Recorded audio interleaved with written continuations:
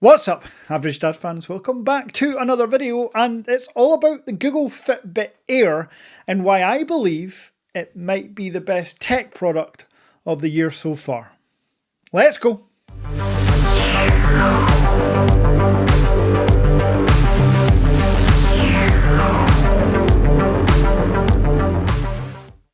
Now, before we get into the Fitbit Air, happy Father's Day, belated. Yes, this video should have came out yesterday, but happy belated Father's Day to all the dads around the world, all the average dads around the world, and a special, massive thank you because we did it.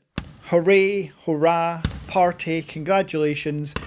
We hit 100,000 subscribers over the weekend, and it only took us 996 videos to do so. So going by that maths, by the time I do 10,000 videos, I might have hit 1 million subscribers. But you know what to do. If you're not already subscribed, please smash subscribe, get me to 1 million, I guess. Wow. So for those unaware what the Fitbit Air is, it's a strap. It is simply just a strap with a plastic sensor inside, which tracks steps, heart rate, your sleep, and it's a very neat little package, I have to say. Now, about the straps, this one is not waterproof. This is what it came with, and I did order another one. I think they call it the everyday strap. I can't remember what they call it. I'll put a screenshot up here just now.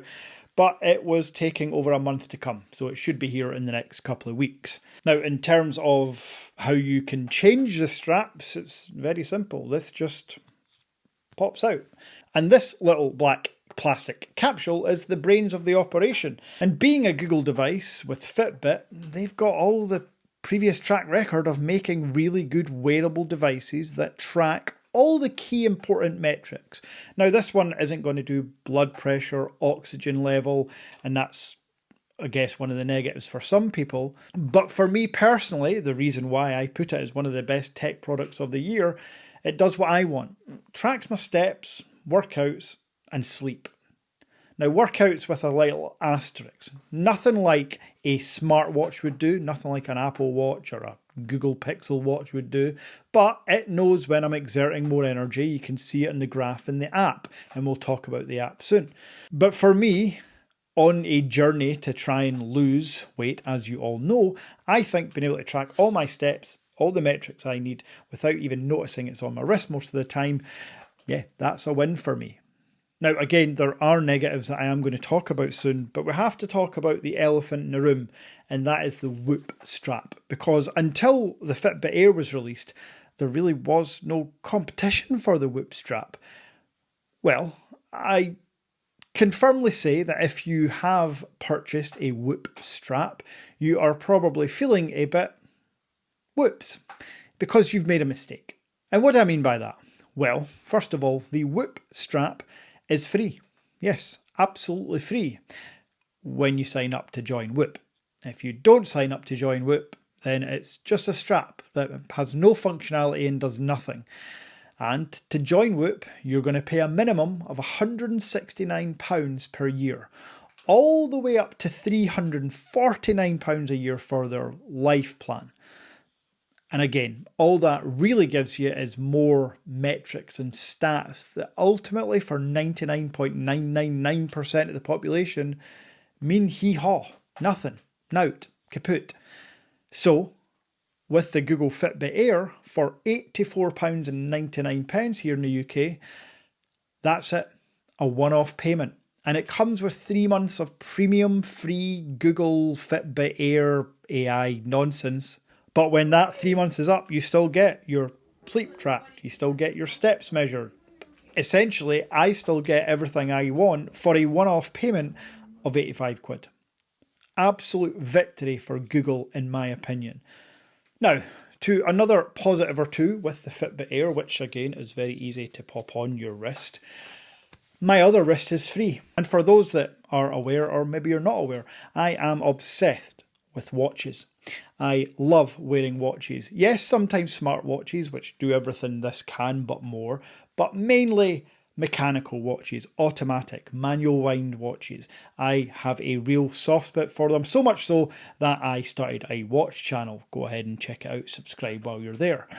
The Fitbit Air means that I can have this on my right wrist and a watch on my left. Unlike wearing a smartwatch where you're not going to wear two watches, don't be that guy. However, on the negative side, if you are someone that wears a smartwatch right now but wants to get rid of it because the Fitbit Air exists, just think about it, because when you get rid of the watch, you no longer have notifications. You can no longer even tell the time. Yes, you're going to wear something on your wrist 24 hours a day that has no practical functionality for you in the real world. You're not going to know when you're getting a phone call. This doesn't vibrate. The only time it will vibrate is when the battery is running low, and we'll talk about that in a second as well. So please, please, please do not think the Fitbit Air will replace any smartwatch. It'll just do a couple of the things your smartwatch can do as well. And then another negative, which will change in the next 2 weeks when the new strap comes, the default strap, the fabric one that comes with all Fitbit Airs, isn't waterproof. And when I say it's not waterproof, it's not going to break in the shower, in this pool, in the bath. It's just going to be soaking wet until it eventually dries out. And here in Scotland, yeah, things don't dry very quick here with the climate we have. Now, another positive that people may think I'm insane for calling out as a positive, but because the price point is so cheap, I don't think it's entirely mental to buy 2 or 3 in different colours. I know, hear me out here. £85 one-off payment. I've gone for the blue one. For another £85, bringing us to £170, you can have a whole other Fitbit, which is charged. And then when the one on your wrist runs out of battery, you can pop on the other one. The other benefit of having another one is today the blue goes okay with what I'm wearing. There's slight bits of blue in this top, but there's a black one, there's a fog one, and there's a red one. So you can actually colour match your Fitbit Airs to your outfit. And because the cost of the straps aren't too much cheaper than just buying a Fitbit Air outright, I would just do that. And I know that's not for everyone. I sound insane. But yeah, I have ordered 2 Fitbit Airs, just so you know. Now, in terms of battery life, obviously this thing is tiny. So there's only so much milliamp hours they can pop in there.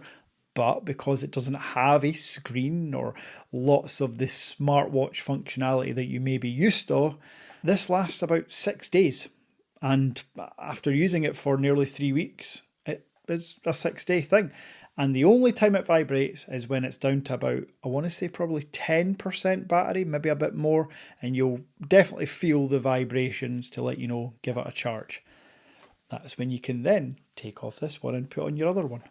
Now, for those that don't fork out for 2 Fitbit Airs, don't worry. The charger that comes with it charges this thing full within 2 hours, and 10 minutes of charge gets you like another 24 hours of use. So there's plenty of battery life and performance in there already. The one caveat I would say is I am beyond annoyed at how many different charging cables you need if you own multiple smartwatches like I do, a Garmin, an Apple Watch, now a Fitbit Air, a normal Fitbit. Everything needs its own cable. Are we not now at the point in 2026 where we can just make everything charge wirelessly so that the one wireless charger charges everything? Surely that technology is out there, even on something as small as this. I do just want to touch on the app because, again, it's nothing new. It's a Google Health app. You just pair your Fitbit Air using Bluetooth with the app, and there you can track all your steps, your sleep. It will give you some AI help if you need to. It's like a built-in coach, and that's what comes with the premium membership. Again, you get 3 months free when you buy it. Essentially, it'll give you workout plans. It'll know if you need more sleep. You know, nothing new or groundbreaking. Your Garmin will do the same. Your Whoop will definitely do the same for, £300 a year. I don't think you need to rely on the Google Health app to give you any coaching or workout plans when you can go to ChatGPT or Grok or any other AI service, and it's going to give you a much more in-depth plan, in my opinion. So for me, I would definitely save the money of the premium plan, and I believe it's like £60 for the year. If I can find out how much it was, I'll caveat it here, I'll put a little asterisk. To be honest, if I can be bothered, because I don't recommend anyone buys a premium plan. So hopefully I've explained all you need to know about the Fitbit Air, and hopefully that confirms why I believe it could be the tech product of the year based on functionality, price, and as I've mentioned a few times now, you just forget this is here. Other than when you have to go for a shower or swim, you don't notice it. It fits in with your day-to-day life, and that for me is the benchmark for all technology devices. Now, hopefully you've enjoyed this video. If you have, you know what to do, and I'll be back soon with a versus video between the upcoming Honor Magic V6 Global, will be released very soon, and the outgoing Samsung Z Fold 7, because the Z Fold 8 will be out soon. Samsung still have the #1 selling foldable phone on earth. Why isn't the Honor taking that mantle? Until next time,